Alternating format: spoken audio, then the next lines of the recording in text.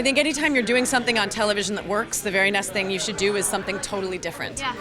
Today's episode is presented by T-Mobile, America's best unlimited network.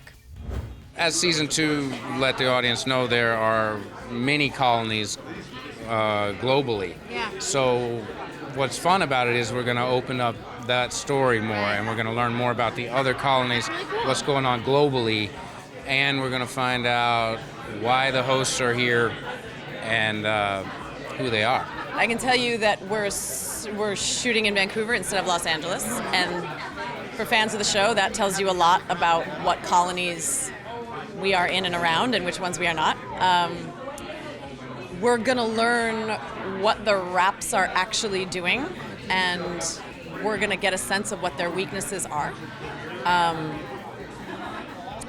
And I think, personally, we're gonna get a chance to explore the relationship between Katie and Bram, which is to say, it's one thing to be a hothead and to sort of fight for justice and take a stand as a parent.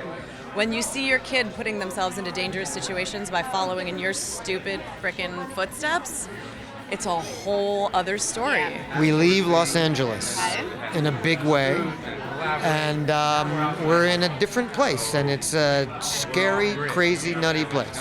That's all I can say. I'm not at liberty to say anything else, but that it's thrilling. We're shedding the concrete Okay. and hitting the trees. Ooh, How about that? that's pretty mysterious. Yes, I like that. we're going I like to be that. living off-grid a little bit, so it's going to be tonally a change from the city. Look, I've never been more proud to be a part of anything than I am of Colony, and I think it's asking a set of questions that really needs to be asked right now.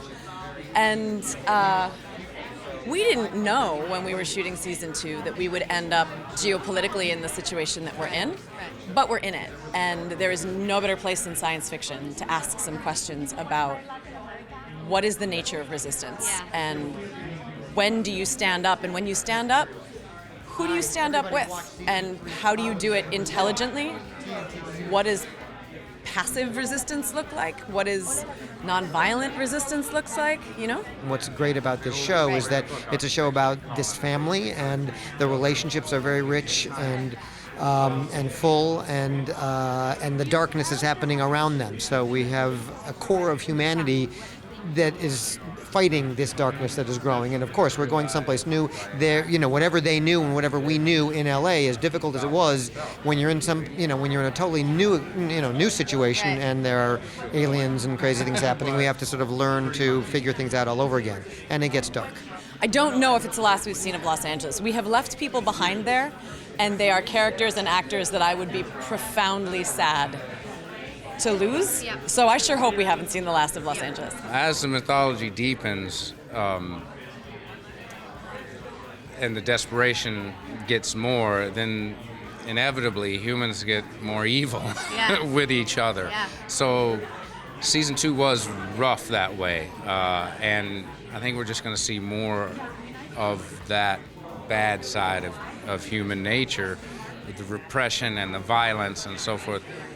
I don't know where it's going. I know we're still in that direction. I think anytime you're doing something on television that works, the very next thing you should do is something totally different. Yeah. And I think it takes a lot of courage as a writing team and a creative team to say, we've had this show with this amazing cult following for 2 years, and now we're going to take away everything familiar except 4 actors. Good luck.